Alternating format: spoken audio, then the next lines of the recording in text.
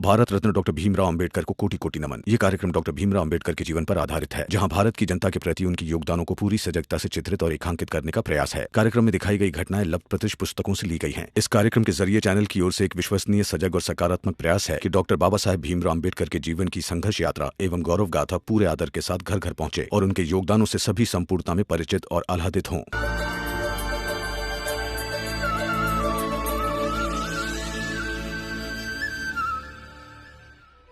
रमा, बेटी इधर आ।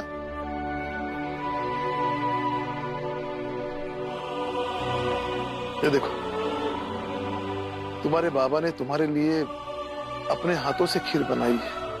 क्या? जब भीमाबाई जिंदा थी तो हम कभी कभी भीम के विवाह के बारे में बात करते थे। वो अक्सर कहा करती थी, कहती थी कि जब भी भीमा की पत्नी आएगी मैं मेरे हाथों से खीर बना के उसे खिलाऊंगी, फिर उसे खीर बनाना सिखा भी दूंगी, ताकि जब मैं ना रहूं तो मेरे स्वाद की खीर भीम को हमेशा मिलती रहे। मैं भीमाबाई से खराब खीर बनाता हूँ क्या? तू खाकर देख।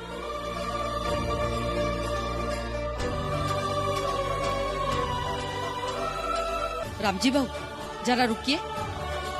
नंदू, एक अच्छा वाला हार देना।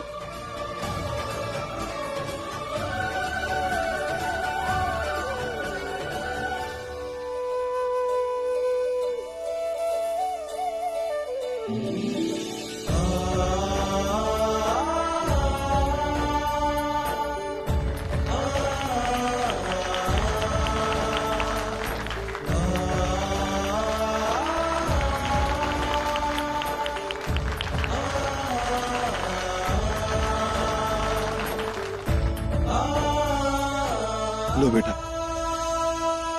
मुंह मीठा करो।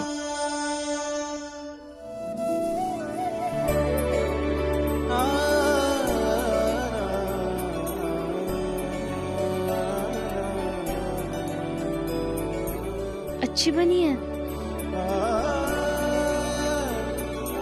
अरे मुझे क्यों?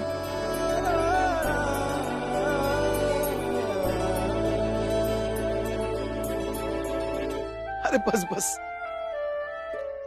पापा, मैंने अपनी सास को कभी देखा नहीं है, मगर आपको देख के ऐसा लगता है कि मेरी सास भी आपकी जैसे ही अच्छी होगी।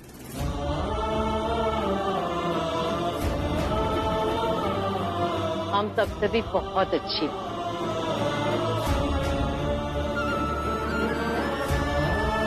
वैसे परेशान है और तुझे मस्करी सूझ रही है। रुक, तुझे बताती हूँ। आहिस्ता आहिस्ता।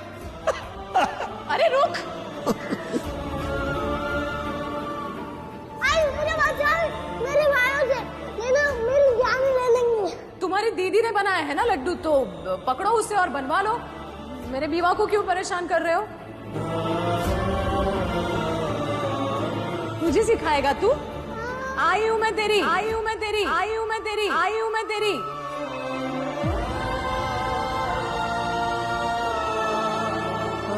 आई आपको पता है, आपकी बहू एकदम ऐसी है जैसे आप अपने बेटे को देखना चाहती थी। दूसरों की बहुत फिक्र करती है रमा, लड़ बैठती है दूसरों के लिए। अभी अभी सरला जी को उनका हक दिलवा कर आई है।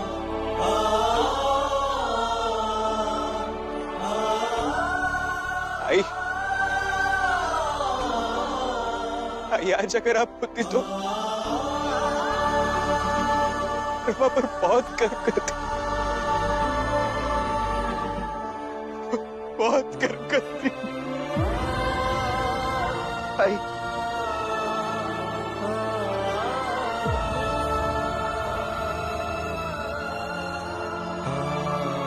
बचपन में जब थक हार कर घर लौटता था तो आप अपने आंचल से मेरे माथे का पसीना पोंछती थी।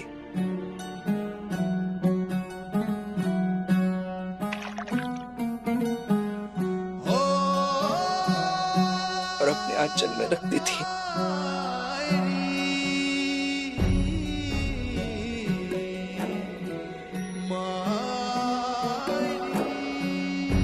फिर सारी थकान मिट जाती थी।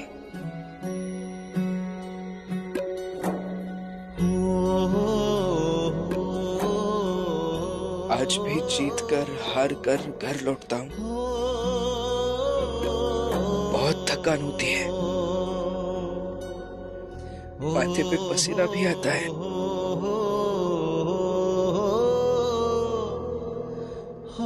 लेकिन अपने आंचल से मेरे माथे का पसीना पोंछने के लिए आप नहीं होती आई।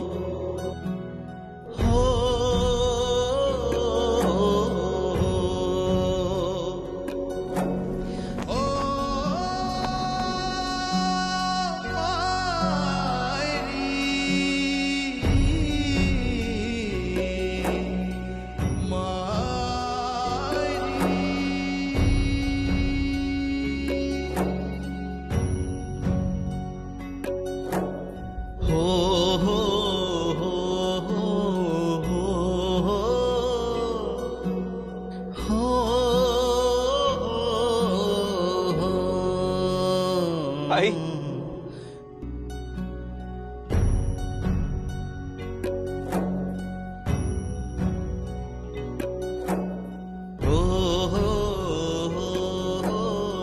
आई आप क्या?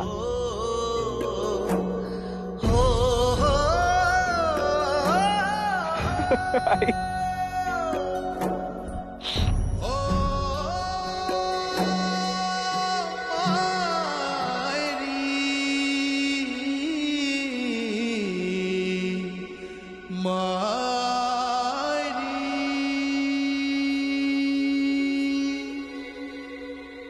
भाव, मेरी साड़ी उड़कर आपके पास आ गई, दे दीजिए। मेरे सर की बलाएं मेरी माँ चुन ले,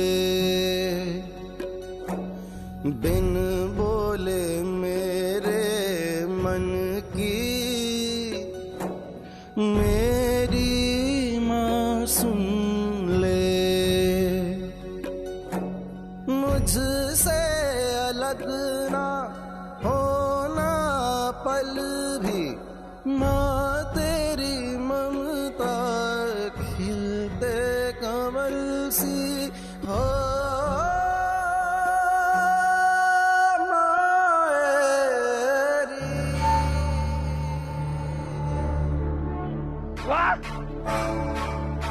अगर उस सरला के पड़ोसी आदमी डब्बू ना निकलते, अपने बीवियों के मायके जाने से ना घबराते,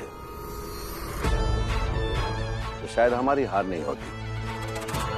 छोड़िए उन्हें, छोड़िए, भाड़ में जाने दीजिए। अब क्या करना है? कैसे उस छोटी जात के भीमराव को उसकी औकात दिखाऊं, ये सोचिए। क्या करूं? सच बोलो, तो मेरा मन कर रहा है कि उसकी जात के हर एक व्यक्ति को पकड़ूं, पकड़ पकड़ के पीटूं, मारूं।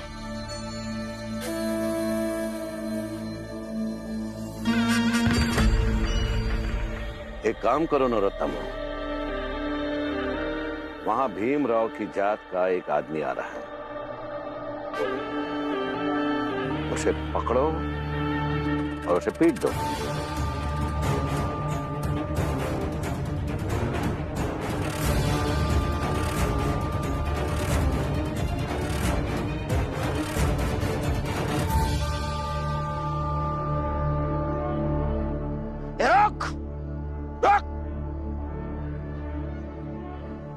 इधर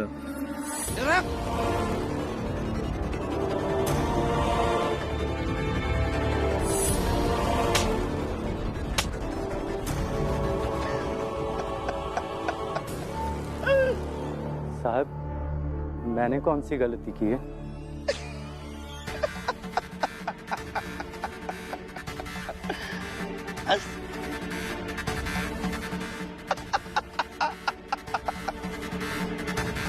शांत।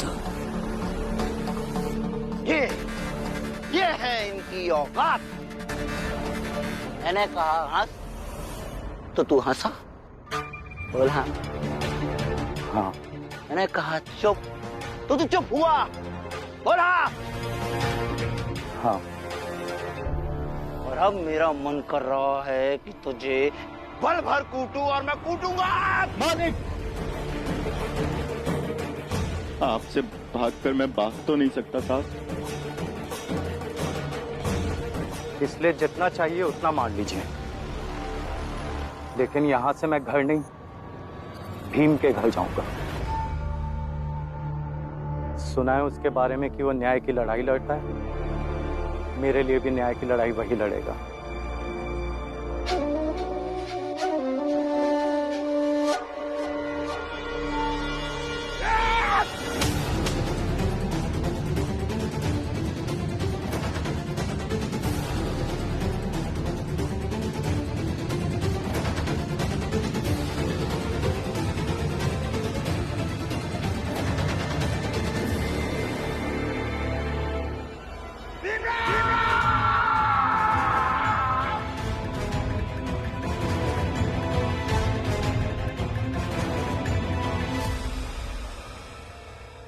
बाला की पत्नी का अभी तक पता नहीं चला। मैंने बाला से पूछा तो उसने कोई जवाब नहीं दिया। मैं भी शाम को बाला भैया के मोहल्ले में गई थी, तो वहाँ के लोगों ने कहा कि बाला भैया तो आते जाते रहता है, मगर दीदी का पता नहीं। लेकिन रमा, पता तो चलना चाहिए ना कि बाला की पत्नी कहाँ है। वाह वाह दामाद जी, बेटे की पत्नी गायब है तो आपको इतनी चिंता हो रही है, और खुद की पत्नी गायब है तो इसकी कोई चिंता नहीं है आपको। उसकी खबर ले नहीं रहे आप। हाँ तो क्या करे, जीजाबाई की जिम्मेदारी आपने ली है ना, तो आप ही चिंता करो, हम क्यों चिंता करें। मेरा वो मुझे बताया भी कर चली गई तो मैं उसकी फिक्र क्यों करूं। लक्ष्मी बेटा एक काम करना, तुम कोकण चली जाना, आनंद से मिलकर आना। बहुत दिन हो गए, उसकी कोई खबर बात नहीं। और हाँ, उससे कहना अगर उसकी तबीयत ठीक हो गई है तो 2-4 दिन के लिए यहाँ आकर जाए। ठीक है बाबा, मैं कल ही कोकण चली जाऊंगी। भीम, भीम, जल्दी बाहर आओ। भीम, रामजी बाबू, जल्दी बाहर आइए। ये देखो ये लोग क्या कर रहे हैं, ये देखो। ये क्या कर रहे हैं आप? चल। क्या हो रहा है ये सब? ये क्या कर रहे हैं आप? ये सब क्या हो रहा है? खुद आग लगा के पूछते हो कि आग किसने लगाई? अरे ये सब तुम्हारा और तुम्हारी पत्नी के सोए हुए बीज का फल है। देख लो, ठीक से देखो। हितेश काका, बेकार की बातें मत कीजिए आप। देखो, तुम ही बात कर लो, नहीं तो ये रमा कहेगी कि आपके घर की औरत नहीं है। आप क्यों बोल रहे हैं? बात कर लो। ऐसा है कि हमारी घरवाली हमारी मर्जी के खिलाफ धरना पे गई रही, और ये बात हमका पसंद नहीं आई तो बल भर कूट दिए।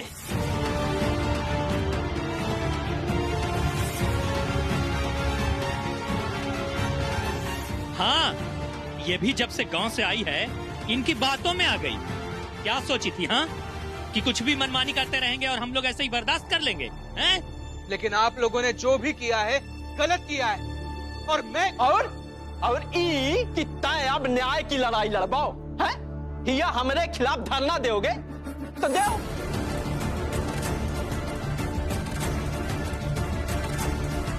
और रमा तय अब मुआवजे की बात करेगी है ना, तो ये जान ले कि हमारे पास कौनो संपत्ति का टाल नहीं लगा है कि लई जाएगी। जब 2-4 कौड़ी है ओकर आधा लई जाए, और फिर उसके बाद जब चाल में हम सब शादी किए लोगन का घर नाश हो जाए, तब हम लोगन के उजड़े घरन का देख के शर्म करना कि तुम्हार सबकी क्रांति का परिणाम निकला।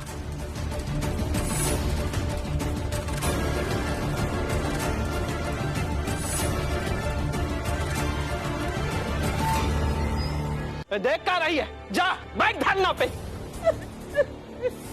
याकूब, पहले हमको उम्मीद रही कि तुम कमाओ न कमाओ जरूर सुधर जाओगे, लेकिन अब हमको विश्वास हुई गवाह कि तुम कमाओ नहीं सुधरोगे।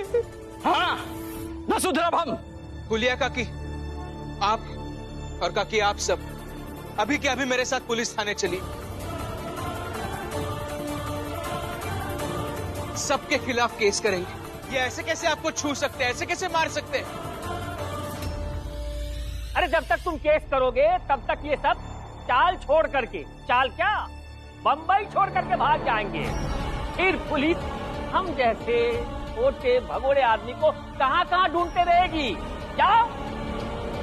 हाँ, और ओके बाद हम लोग कबहू अपनी अपनी पत्नियों से न मिलेंगे।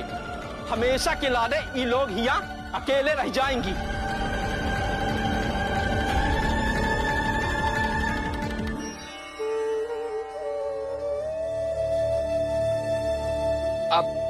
आप सब शांत हो जाइए, रोने का समय नहीं है, और इन लोगों के धमकियों से तो बिल्कुल डरना नहीं।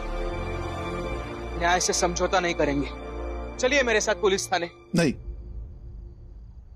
न्याय की प्रक्रिया में व्यवहारिकता और विवेक दोनों को जगह मिलनी चाहिए।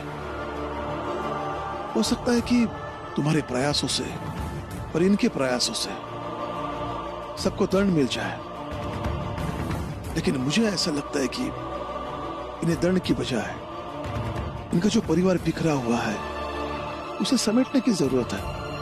मतलब बाबा आप समझौते की बात कर रहे हैं? मैं समझौते की बात नहीं कर रहा हूं, बल्कि ये लड़ाई चाल के अंदर रखने की बात कर रहा हूं।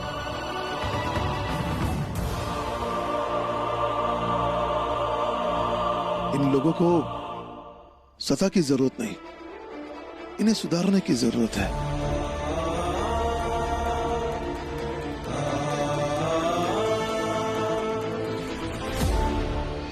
भैया सही कह रहे हैं, वो लोग पति पत्नी हैं, सालों से साथ में रहते हैं।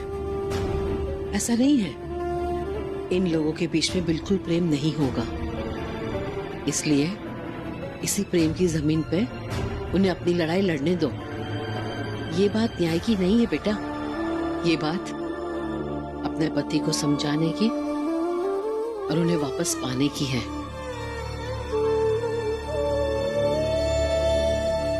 हाँ, बाबा और बुआ सही कह रहे हैं। हाँ भीमराव, हम अपने तरीके से समस्या का कोई न कोई समाधान निकाल लेंगे। वैसे भी कौन सा पहली बार मार खाए हैं, हम ही का हर औरत कबहू न कबहू अपने पति से मार खाई बे करत है, लेकिन पति के खिलाफ खाने ना ही जा सकत है। आप चलिए।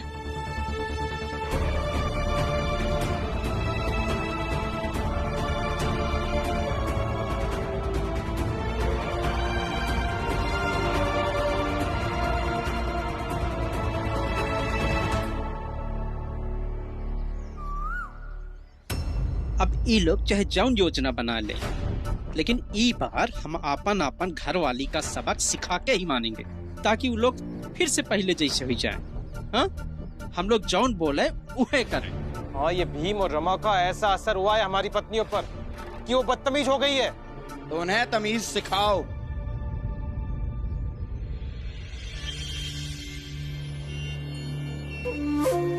तुम सबको अपने मर्द होने का एहसास हो गया है ना? हाँ, तो बस अब वो अपने आप औकात में आ जाएंगी। वो कैसे? देखो, मर्द होना सूरज की तरह है और ये भीम रमा राम जी की नौटंकी बादलों की तरह। अब तुम लोग ही बताओ, बादल कभी सूरज की चमक को ढक पाते हैं? देखो, मालिक ने कितनी अच्छी तरह से समझाया और सब समझ भी गए, है कि नहीं? बस ऐसे ही मर्दों की तरह अपने पत्नियों को काबू में रखो, क्योंकि जीत हमेशा मर्दों की होनी चाहिए, है ना मालिक? बिल्कुल। अब देखो भीमराव, मैं कैसे तुम्हारे चौल वालों को ही तुम्हारे खिलाफ हथियार बनाता हूँ।